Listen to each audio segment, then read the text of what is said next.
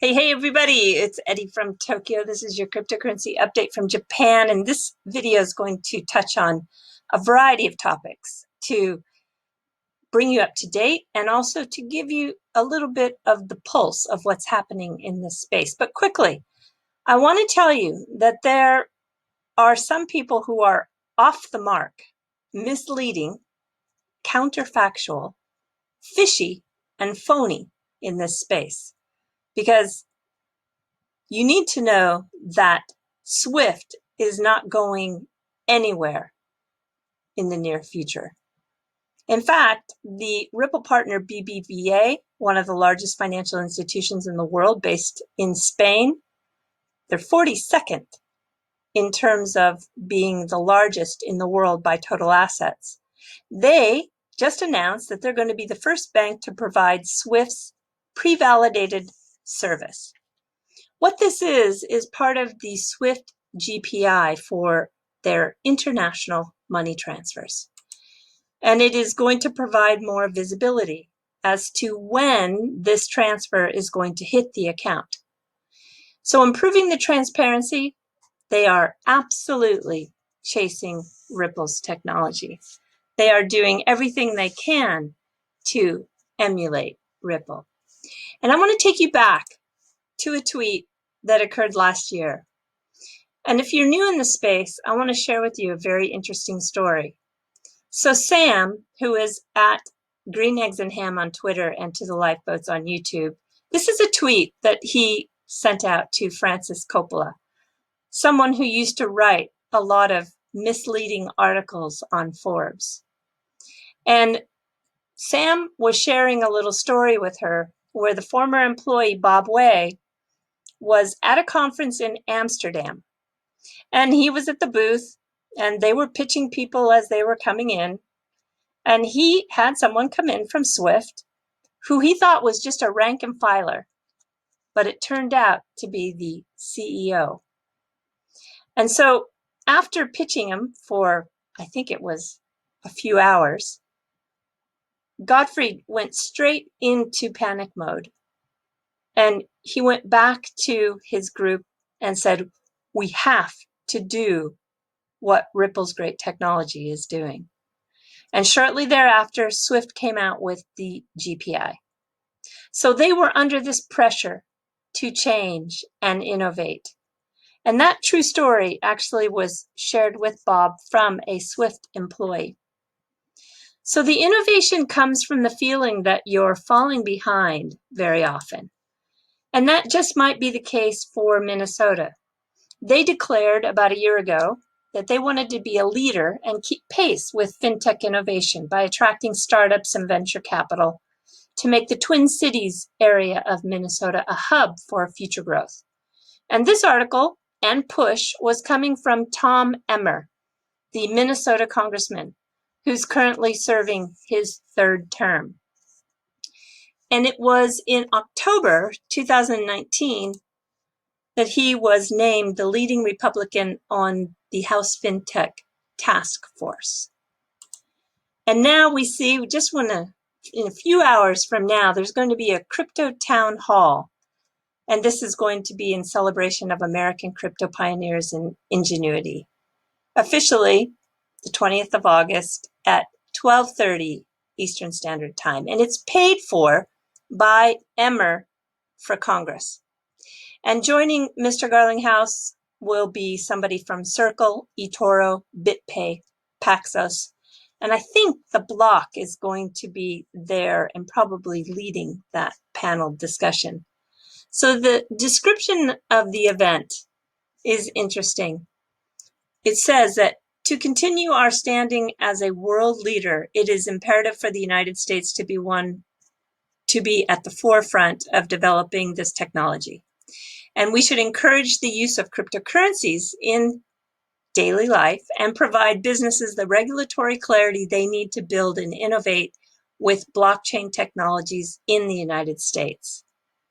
I really hope they have a big audience. To accelerate that fintech development and innovation, well, really, it takes a lot of money. I mean, a lot of money. Here we have August 14th, Singapore unveiled a $180 million investment from the financial regulator MAS. MAS is short for the Monetary Authority of Singapore. And this money is being set aside just for startups. So you can't just do it because you want to do it. You really need to get serious, and it takes some serious cash. And that is why also earlier in the year, Singapore committed $225 million to attract financial institutions to set up their proof of concept labs in Singapore. So they are really pouring money into becoming the Fintech hub for innovation. But I guess if you can't innovate, you can acquire, right? And this is what we heard from Western Union on August 10th.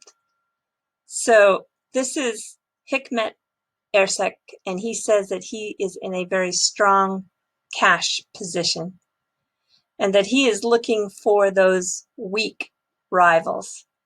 And it's going to be in the way of an M&A activity. So he's shopping for a payments company. Since 2019, there have been approximately 1,400 mergers and acquisitions in fintech. But the beginning of this year, 2020, it really got slow. So Western Union is considered by this article the most valuable standalone remittance company. And in the interview with the Financial Times, it was this hunt that was let out of the bag. And we know in June, Bloomberg reported that there were talks to buy MoneyGram, but still there are really no other leaks for whether that had a successful outcome, or even if it was true. We have no confirmation. But you can see here, I'm pretty active on the M&A front, Hikmet Ersek said in this interview. And our financial position is much better than any competitors. So I would expect to see something, I would say, before Christmas. And if Western Union, if they stay consumer focused, maybe TransferWise would be a leading candidate, currently processing about $5 billion per month. That would be quite an acquisition. And you can see too, Revolut, which is Europe's most valuable fintech, recently raised $580 million.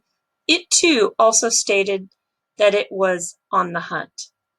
And they disclosed that in May. So I think we're going to see a lot of action. And it was just a year ago that Ripple said that they were in M&A talks, multiple M&A talks. And if you include Spring, Spring made 6 investments and 2 acquisitions. They bought Logos and Strata Labs. And then Ripple, of course, completed their grant to Coil and then the post-IPO equity round to MoneyGram, which officially completed in May of this year. So it'll be interesting to see if we have anything else, because according to Goldman Sachs on August 6th, there are signs that there is an M&A rebound.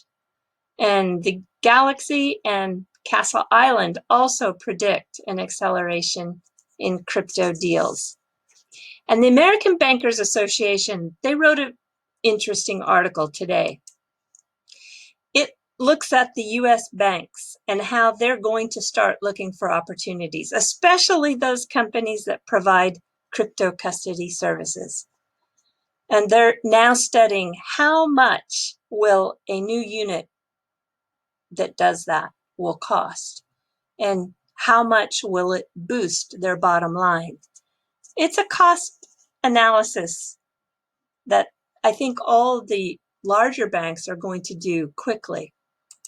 But for many banks, I imagine PolySign will be the perfect solution. Look for this to go live very soon. It's a custody solution that we are all so interested in knowing more about. Can't wait. Such an interesting space. All right, everybody, I'm jumping to the fluff. So I had to share something with you that's kind of wacky, again, from Japan. This is a bicycle seat that you can buy, and it shows that it maybe had a bird that flew over your seat and left a present. The reason why they have made this product is they believe that if you put this on your bicycle or your motorcycle, it's less apt to be stolen. I thought this was so funny. But I think the most inspiring article I read today was about this free-spirited American couple who just picked everything up, packed up, and hit the road. And they did so in September 2019. And they wanted to give their kids a life experience, which I think probably is much more valuable than any school could offer.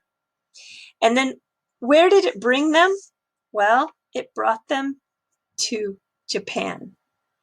And they came in just before the country closed its doors. And they arrived in March. So that would have had to have been before the 15th. I came back on the 12th, and I just barely got back in. So they probably came back, or came to Japan, probably within the first 2 weeks of March. And because of the restrictions of travel, their 90-day visa has been extended to another 90 days. So they actually can spend all the way through September for traveling around Japan. And I guess they have really put on some miles. They have no regrets. And Luna, who is there on the left, she's 11. And Leo, who's 8 years old, on the right. According to the parents, they are soaking up the experiences like sponges. Love this story. If more parents had the guts to do this, we'd have a lot of smart young adults. All right, everybody, do take care. Sayonara for now. Bye-bye.